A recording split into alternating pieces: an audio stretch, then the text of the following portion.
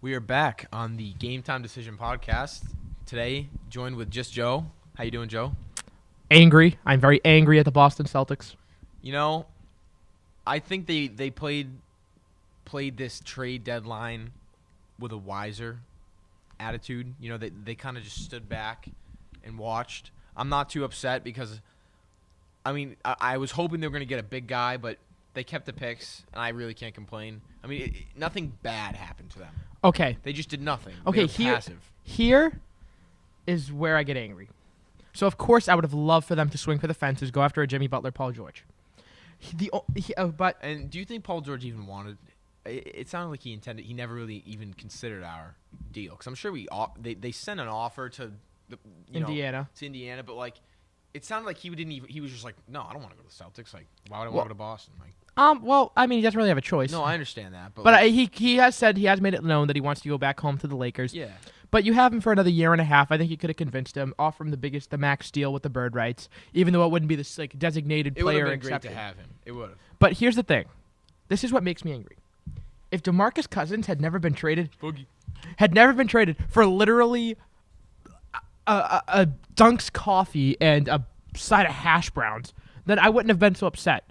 Like, if Boogie never got traded and it was literally just small name guys, DeMarcus Cousins get traded. It's a top 3 protected pick. So if the pick is even worth anything decent, New Orleans get to keep it. Buddy Hield, who Vivek Ranadive, the Kings owner, thinks is the next Steph Curry, which is this guy's an idiot.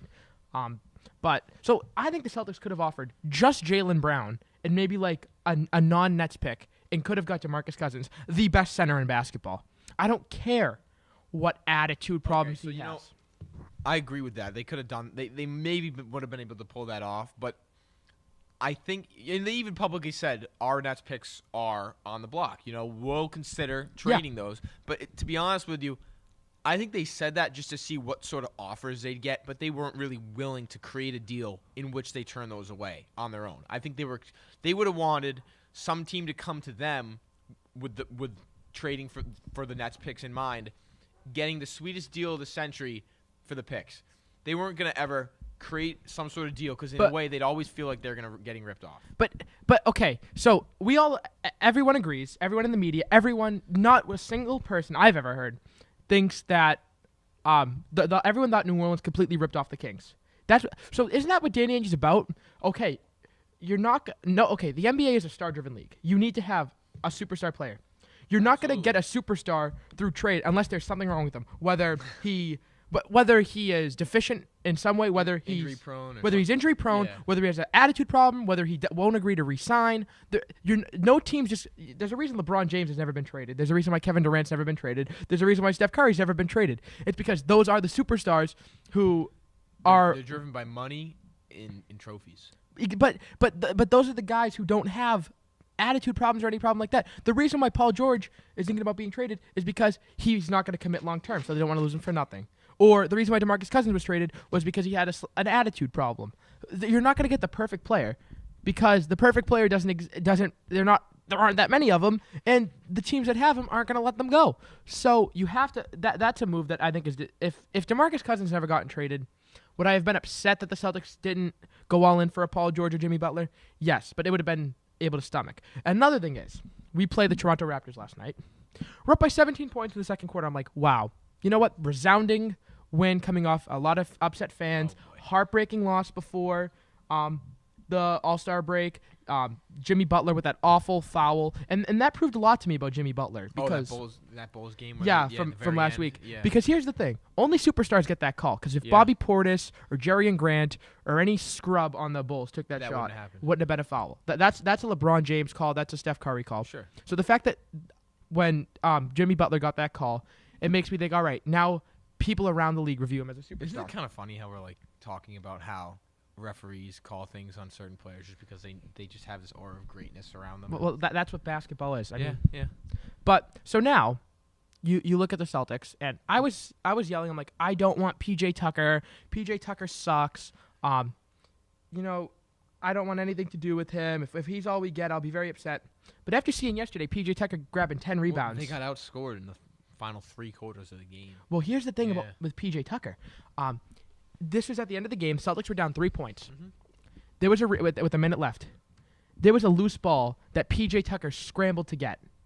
If the Celtics got the rebound, we would have had the ball back, and we could have been able to get a good shot and at least got it back into one and made it a more competitive game.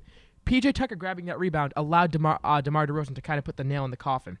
And I thought, all right, the guy's 6'5", and 6'5" is not tall for an NBA player. That's like a shooting guard size. So I was definitely impressed with him, and I never watched much of him, but you know what? I was impressed, and they got him for nothing. It was 2 second-round picks and Jared Sullinger, that tub of goo, who actually I think their record when Jared Sullinger played was like 0-11 or like 2-10 or something like that. They were putrid with Jared Sullinger. So he was addition by subtraction. So and then they also got Serge Ibaka. So definitely upsetting because and now and Wick Grossbeck was on Felger and Maz yesterday. And you called in, right? I called into Adam Jones. I couldn't get on to Felger and Maz. Oh, too bad. Yeah, that Have you been on Felger before? I've called in a few times. Okay.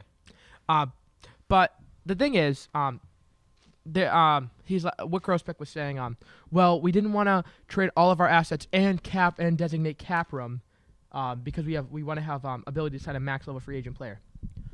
What max level player is anyone becoming available the offseason? Anyone big? Like Kevin Durant has the option to opt out, but he's gonna stay. He already burned us once. He's gonna stay in Golden State. Chris Paul already agreed to go with the back with the Clippers. Blake Griffin to Gordon Hayward is the only guy we can really legitimately sign. But here's the thing. The more I watch Al Horford, the less enamored I get with him. I used to love him in Atlanta. Thought he was so fundamentally solid. But watching him now, it just angers me to watch him play. So yeah, I mean, yeah, you're right. There's the free agent class is actually too loaded. Like, no one's gonna. But it's LeBron, KD, Curry. They're all gonna stay where they are. Exactly. But Russell Westbrook, same deal. Yeah. So no one's gonna come to Boston. And Chris Paul, Blake Griffin. Yeah, they're not coming to Boston. Kyle Lowry. Gordon Hayward is the only guy we have a conceivable. Dwayne Wade.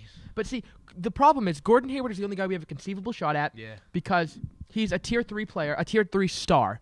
I always say you have the 3 tiers of stars. You have your LeBrons, you have which are like your LeBrons, Kevin Durant. Your tier 2, which I would say Paul George, Jimmy Butler, those really good players. Then you have your tier 3, your Isaiah Thomases, what Al Horford was with the. I'd say I don't know. Isaiah Thomas like 2.5. We'll say like 2.5. No, he's so bad on defense. Take a 2.5. All right, this season I'll give that to you, and then that's where Gordon Hayward falls in. But you can't designate 3 max because Isaiah's going to get a max. You can't designate $90 million to 3 tier 3 stars. You need to have a tier 1, a tier 2. You know, we're just going to have to turn to the young guys, the prospects. So here's the thing, and then I was going. So the Celtics are right. I'm giving them until the draft. They need to trade the pick. Maybe teams were asking for too much, but come to the draft, you need to trade that pick. Because think about it this way. I was doing some research, and I went through all the drafts of my lifetime from 2000 to 2015. I didn't count last year because they only played for 4 months, 4 months, because that's not enough of a sample size. So I went 15 years. Ms. Harris is teaching you those sample size statistics and all that? No, it was actually 16 years because 2000, 2015. All right, look at you. Okay, let's hear it. The Celtics are pretty much guaranteed. They're guaranteed to get a top 4 pick because the Nets will finish with the worst record. They have an 8-game lead over the Suns for the worst record in basketball. So they're going to finish there. They're that bad. Wow. So you're going to get a guaranteed top 4 pick. People are acting like it's number 1, but the way the lottery works, in terms of individual picks, we actually have the highest percentage of getting the 4th pick. That's the most likely scenario. So, yeah, we'll just assume the worst. Well, we're just going to assume, just top 4 pick in general. Yeah. So I went through the top 4 picks of the of drafts from 2000 to 2015. So I don't know exactly what this class looks like, but from what I've heard is it doesn't have loaded. what we want. It's all point guards. So, yeah, what do we need then? We in basketball, you always draft the best player available. Okay. So even if you get a point guard, you're going to draft a point guard. Even if we don't need one? Yeah. Okay. Right. But here's what I'm saying.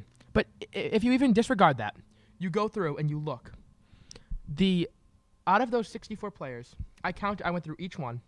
23 out of the 64 ended up being Paul George / Jimmy Butler level players. So about a third. A third. So we just want more picks, as many picks as we can get. Well, I would actually go with the opposite. But really? now and why is that? Because I don't want to. So you're picking at the top of the draft. I don't want to. I'd rather trade in that pick to get the guaranteed guy because Paul George is still only 26 years old.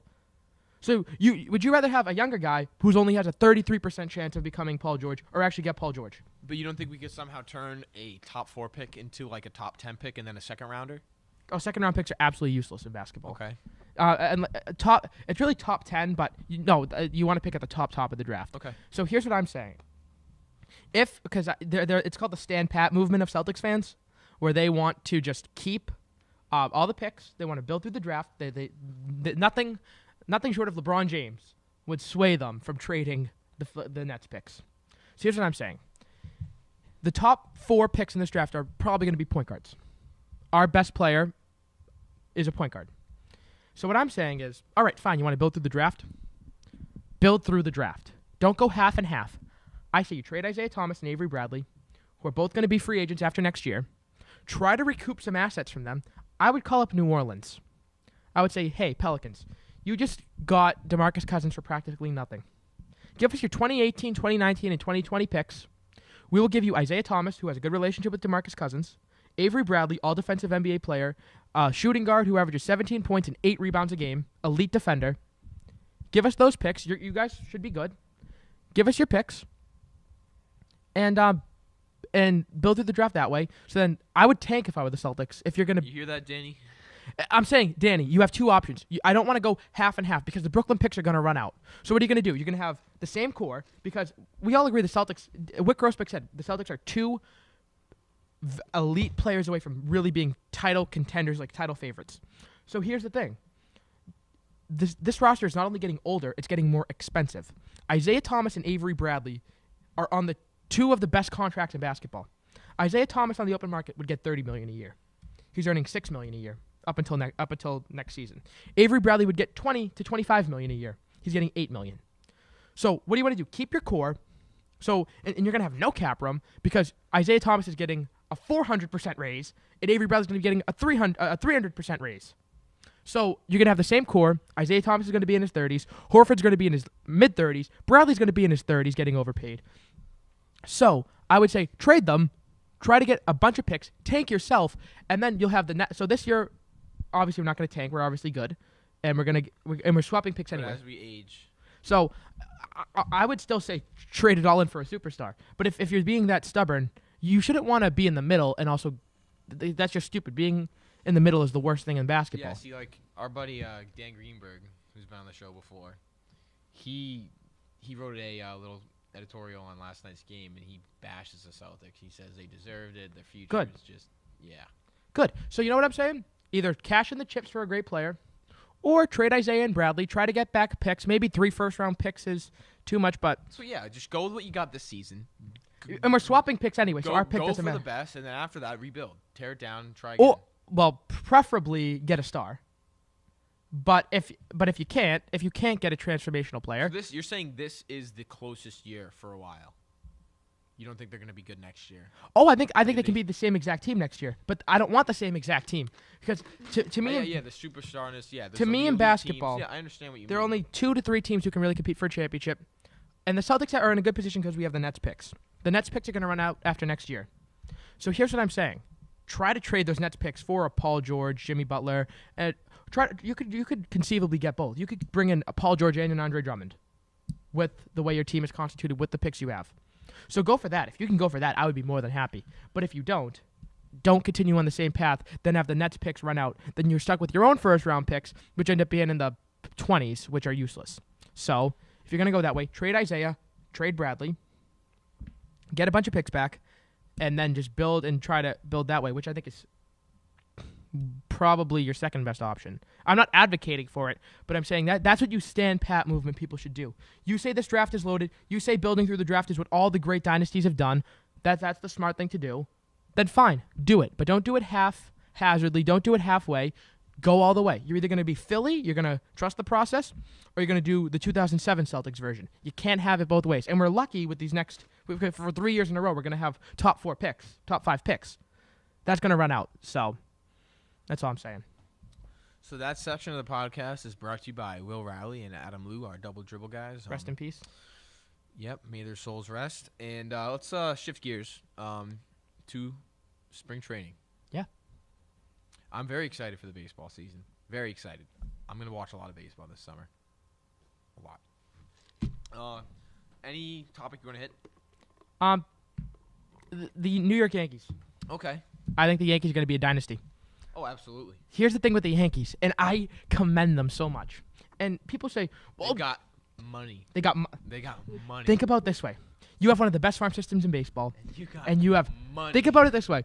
You have think about all the old guys coming off the books. This just now, Teixeira's off the books. A-Rod's off the books. Ellsbury, yeah. By 2019, Ellsbury's going to be off the books. Gardner. McCann's already gone. Beltran's gone. Andrew Miller, although he's worth the money he was getting paid, that's $9 million off the books. You have one of the best farm systems in baseball. By 2019, the Yankees could conceivably have Mike Trout, Bryce Harper, and Manny Machado, along with because obviously Mike Trout's under contract. I think they could trade for him because their farm system is so deep and the Angels farm system is so weak. They could trade Gleyber Torres, Aaron Judge, Luis Severino, Clint Frazier. Maybe not all these guys, but just Justice Sheffield. I could just go down all through the list. Do you have a sleeper team for this year? Yeah, just for this year. I'm trying to think about that. Who could be a sleeper team? Seattle Mariners. I really think. I think they have a really good lineup. They traded for Gene Segura. They did trade Taijuan Walker. I think Felix Hernandez could have a bounce back year. I think that if they could get one more pitcher, maybe not an ace type pitcher, but if they could get like a number 2, number 3 starter, they could acquire that. Definitely they could be in position to make some noise because they have Cano, Cruz, Seager, Kyle Seager. I'm very high on Segura. I think they have a very nice team. I think they would have been a perfect landing spot for Jose Bautista on a 1-year contract for, even if it was $20 million, just 1 year, bring him in there. I thought he would have been great with that lineup. They didn't, but they still are plenty potent. They have 3 guys who can conceivably hit 30 to 40 home runs. So I think that's my sleeper team, the Seattle Mariners. Okay. I don't have a sleeper team. I was just intrigued. That was just off the top of my head. Yeah. Cool. So yeah, Yankees currently are 25 to 1 odds for the World Series. I wouldn't. I think that number is going to grow in a couple years. Oh, and they will be they will win a World Series by the year 2020, probably 2019. Okay. Another thought. Just a quick thought on the Patriots. I wrote an article. It'll be up pretty soon.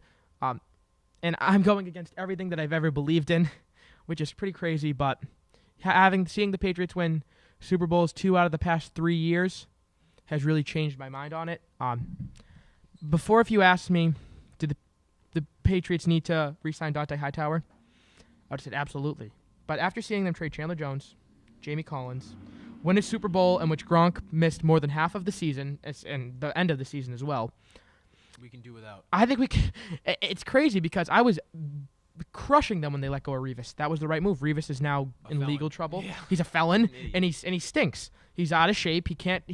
They're thinking about moving him to safety, and I'm just like, wow. And Belichick is so good at finding guys in mid rounds, second, third, fourth round picks. I think we have the most picks in the first 5 rounds, and not to mention this, we trade Jimmy Garoppolo. We trade him to your team, the Cleveland Browns. Let's say we get the 12th pick and a 3rd rounder, which I think we can get. People are saying, oh, no, they're going to get a 2nd rounder. No, this bidding war is for real. They could end up with the 1st pick. But I'll say, all right, I'll be conservative. The 12th pick and the 3rd rounder. Belichick's not going to pick with the 12th pick. Belichick just doesn't do that. He could trade that down, and he could get a late 1st rounder and then a 2nd. Or a late 1st rounder in 2/3. So now you have your own pick, which is 32. You have 2 second-round picks. You have the Jamie Collins compensatory pick. You have so many picks in the first 5 rounds. You can let go of Hightower. You can let go of Logan Ryan, Jabal Sheard. Go down. Martellus Bennett's gone. I don't even want him back. He never impressed me. And you can build through that way. And then you have a lot of money to spend where you can kind of fill more holes. And I would give the one guy I would say you need to keep is Malcolm Butler. I think he's proven that he has a great work ethic. He is just plays with the chip on his shoulder, and he's one of the best corners in the league. And we have leverage. All right. So going back to baseball for a second. Right now, the Sox are scrimmaging Minnesota. Yeah. Spring ball. Thornburg just made his debut, and Joe Kelly took the mound. I love Joe Kelly. 1, 2, 3 inning. I have faith in Joe Kelly. Yeah. So Joe Kelly in the bullpen. These names coming back. Yeah. Throws gas. I think that he's always meant to be a relief pitcher because he's a 2-pitch pitcher and he throws gas. So I have faith in him. Let's go, Joe. Yeah. So Celtics. Oh, one last thing I wanted to say. So we were talking about free agents in basketball. Yeah, we're running the timeout here. I haven't been paying attention to it. What's up? So the Celtics, they're saying like, well, we need to have max flexibility.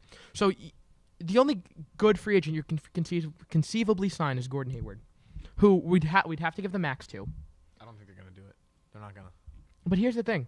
They should. Andrew Bogut is getting bought out. He was traded from Dallas to Philadelphia for Nerlens Noel, and he's getting bought out. And they say he's pretty much guaranteed to sign with the Cleveland Cavaliers or the Houston Rockets.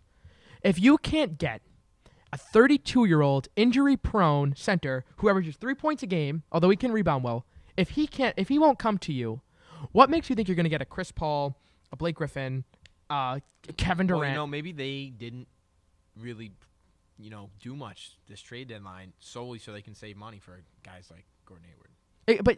But here's the thing: Gordon Hayward makes you marginally better. It maybe puts you over the top of Toronto. No, you're right. Jimmy Butler, Paul George, yeah. But so here's the thing: if you sign Gordon Hayward in conjunction with trading for it, but then you have position redundancy. That's why if you traded for DeMarcus Cousins, it would have been better because Gordon Hayward's a small forward, Jimmy Butler's a small forward, Paul George is a small forward.